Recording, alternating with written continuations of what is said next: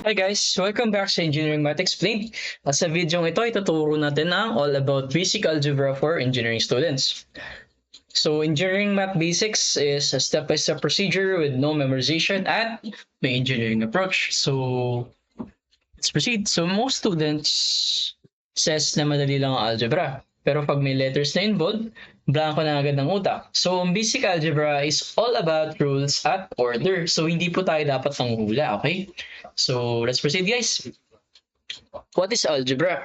So, ang algebra daw ay composition of numbers and letters. Usually, tinatawag siyang variables. So, variables, so lahat ng kahit anong letter na pwedeng gamitin can be considered as a variable. So, X, Y, A, Z, C, D, whatnot. So, lahat yun ay pwede nating gamitin as variables. Placeholder for numbers. So, yun yung nagre-represent of a certain value. So, example, x plus 5 is equal to what? So, ganun yung type of algebra. Mga typical na composition of numbers and letters. So, let's proceed. So, why engineers need algebra?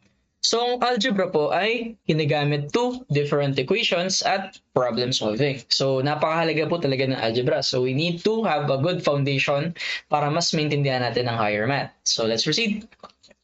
So, basic algebra rules. So, ang golden rule is kung ano yung gagawin natin sa left side, we must do on the right side. So, vice versa. Kung anong gagawin mo sa kabila, dapat ganun din sa kabila.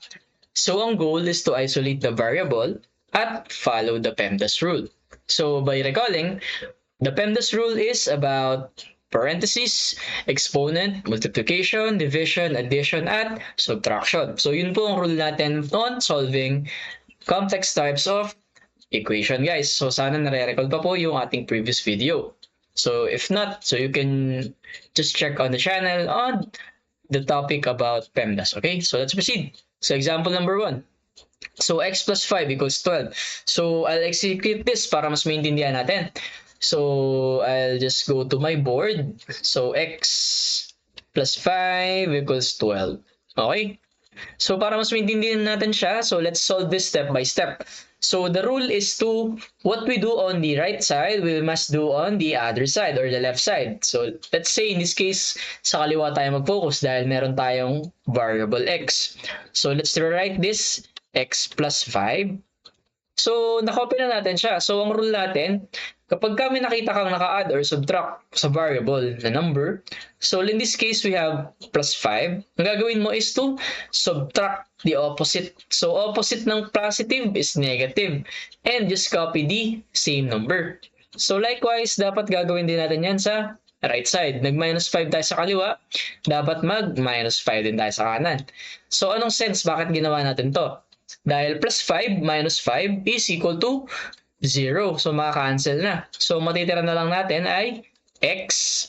At kung i-apply natin itong rule na to on the right side, 12 minus 5 is 7. So, that's how we get the answer. So, yun po yung sagot sa screen, which is the same. So, subtract 5 from both sides and x will be 7. So, let's proceed. Common beginner mistakes. So, guessing instead of solving. So, hindi po tayo dapat nanguhula ng pagsasolve ng algebra equations. At always follow a logical step. So, dapat kung gagamit ka ng rule for PEMDAS, you can apply it. But in our case kanina, so it's just one step operation. So, subtract lang tayo in both sides and we already arrive at the answer. Okay? So, sana naintindihan po, we should answer it in a logical step.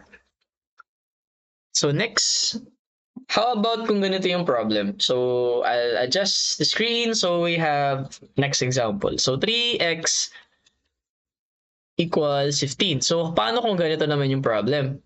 Sir, so, ang ano gagawin natin is to check. So, kung mapapansin natin, 3x, so ang ibig sabihin po niyan is 3 multiplied by x. Pag nakita ka ng variable at number na magkadikit, nag-indicate yan na sila ay pinagmumultiply. So, equals 15. So, paano natin ma-isolate yung x dito sa 3 na nakamultiply? So, recalling that the rule for the fractions, so kapag same whole number, numerator at denominator, let's say 2 over 2, nag-equal yan sa 1.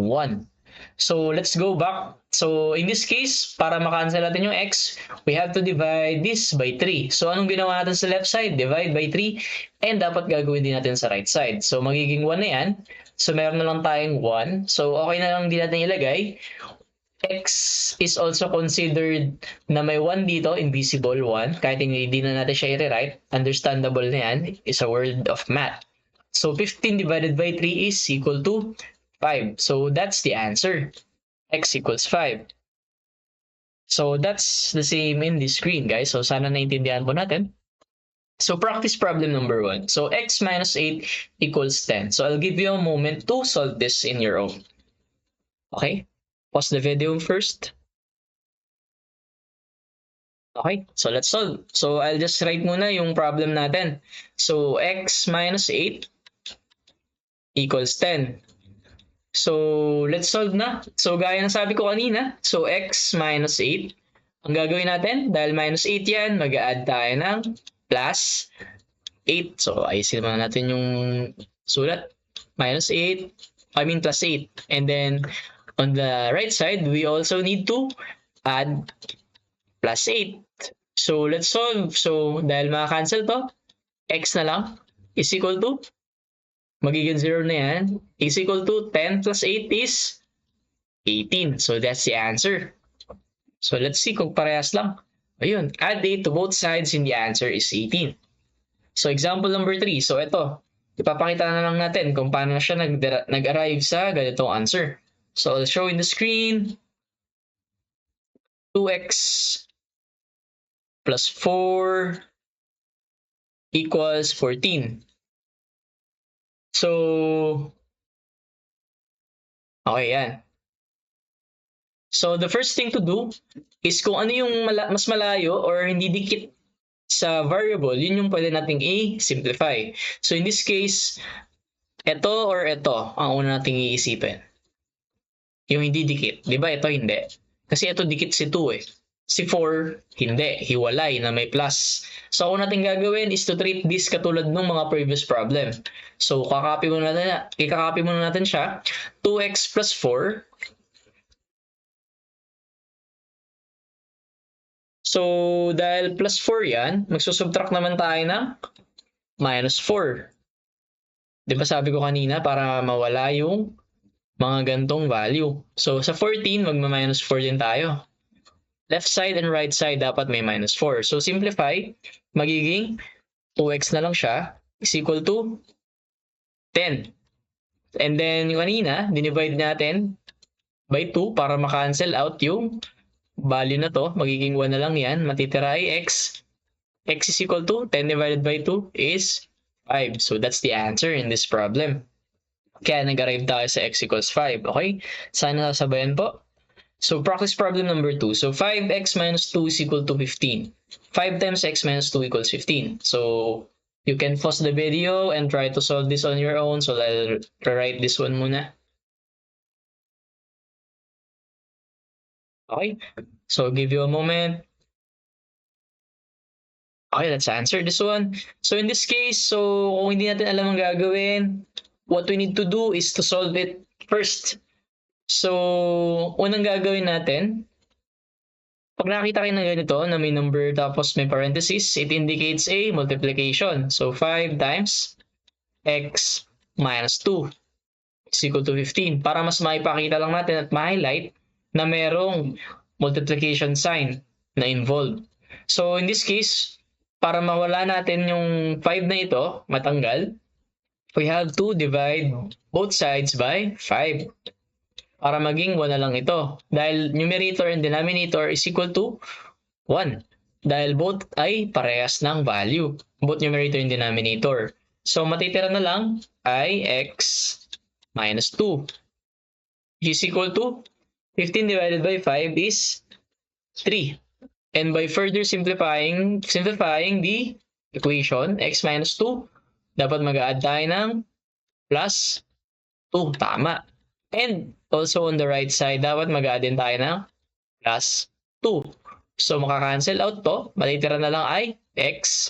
And equal siya sa 3 plus 2 equals sa 5. So, that's the answer. So that's the answer in this problem.